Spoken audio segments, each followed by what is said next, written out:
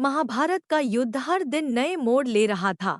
धर्म और अधर्म के इस महासंग्राम में हर रणनीति महत्वपूर्ण थी। एक दिन कौरवों ने पांडवों के शिविर में अपना संदेश भेजने के लिए शकुनी पुत्र उलूक को चुना। वह पांडवों का उत्तर लेकर कौरवों के बीच पहुंचा और दुर्योधन को संदेश सुनाया। पांडवों का यह संदेश अप्रत्याशित था।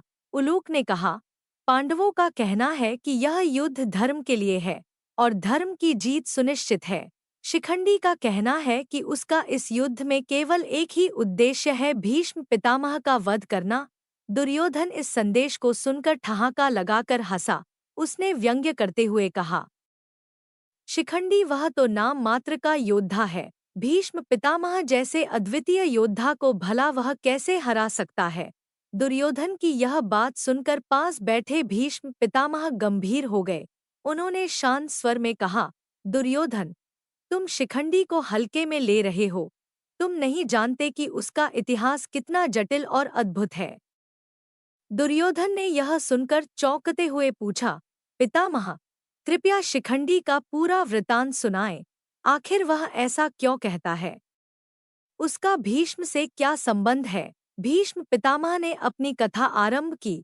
दुर्योधन, यह सब उस समय की बात है जब मैं हस्तिनापुर के लिए काशी नरेश की 3 पुत्रियों अंबा, अंबिका और अंबालिका को स्वयंवर से हराकर लाया था।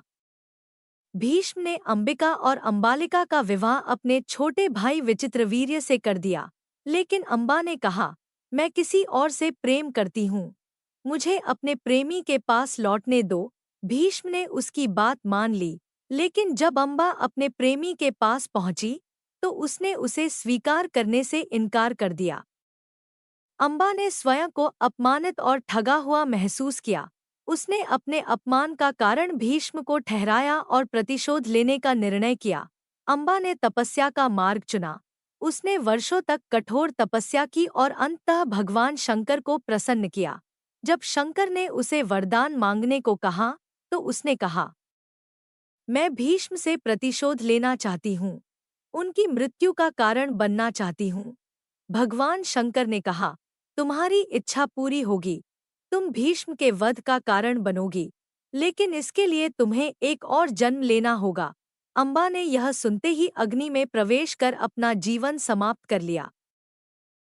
भीष्म पितामह ने आगे कहा, कुछ समय बाद राजा द्रुपद ने पुत्र प्राप्ति के लिए भगवान शंकर की तपस्या की। भगवान शंकर ने उन्हें वरदान दिया, तुझे पुत्र प्राप्त होगा, लेकिन वह पहले कन्या के रूप में जन्म लेगा और बाद में पुरुष बनेगा। भगवान शंकर के वरदान के अनुसार अंबा ने राजा द्रुपद के घर कन्या के रूप में जन्म लिया। इस कन्या का नाम शिखंडी रखा गया। राजा द्रुपद को पहले से पता था कि यह कन्या एक दिन पुरुष बनेगी, इसलिए उन्होंने शिखंडी का पालन पोषण पुत्र की तरह किया। उसे अस्त्र शस्त्र चलाने और युद्ध कौशल की शिक्षा दी गई। शिखंडी बड़ा हुआ और विवाह योग्य हुआ। राजा द्रुपद ने उसका विवाह दशानराज हिरण्यकर्मा की पुत्री से करवा दिया। लेकिन विवाह की रात शिखंडी का स्त्रीत्व उजागर हो जाने का भय उसे सताने लगा। शिखंडी डर के मारे महल छोड़कर वन में चली गई। वहां उसकी भेंट एक यक्ष स्थूणाकर्ण से हुई। शिखंडी ने उसे अपनी पूरी कहानी सुनाई।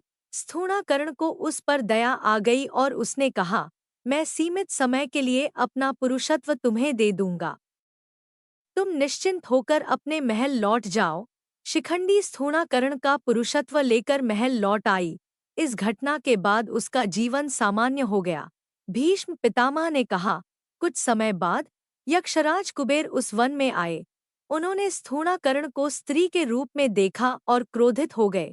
कुबेर ने उसे शाप दिया, तू तभी अपना पुरुषत्व वापस पाएगा जब शिखंडी की मृत्यु होगी। इस शाप के कारण शिखंडी स्थायी रूप से पुरुष बन गया, लेकिन मैं उसे अब भी स्त्री के रूप में देखता हूँ। भीष्म पितामह ने गंभीर स्वर में कहा, दुर्योधन, मैं एक प्रतिज्ञा से बंधा हुआ हूँ। मैंने अपनी प्रतिज्ञा के अनुसार कभी स्त्रियों पर हथियार नहीं उठाए। इसलिए यदि शिखंडी मेरे सामने आएगा तो मैं उसके विरुद्ध युद्ध नहीं करूंगा। दुर्योधन यह सुनकर हक्का बक्का रह गया। उसे समझ में आ गया कि यह युद्ध कितना कठिन होने वाला है। शिखंडी की यह कहानी केवल प्रतिशोध की गाथा नहीं थी, बल्कि यह तपस्या, संघर्ष और साहस का प्रतीक थी। कृपया वीडियो को लाइक, सब्सक्राइब और शेयर करना न भूलें।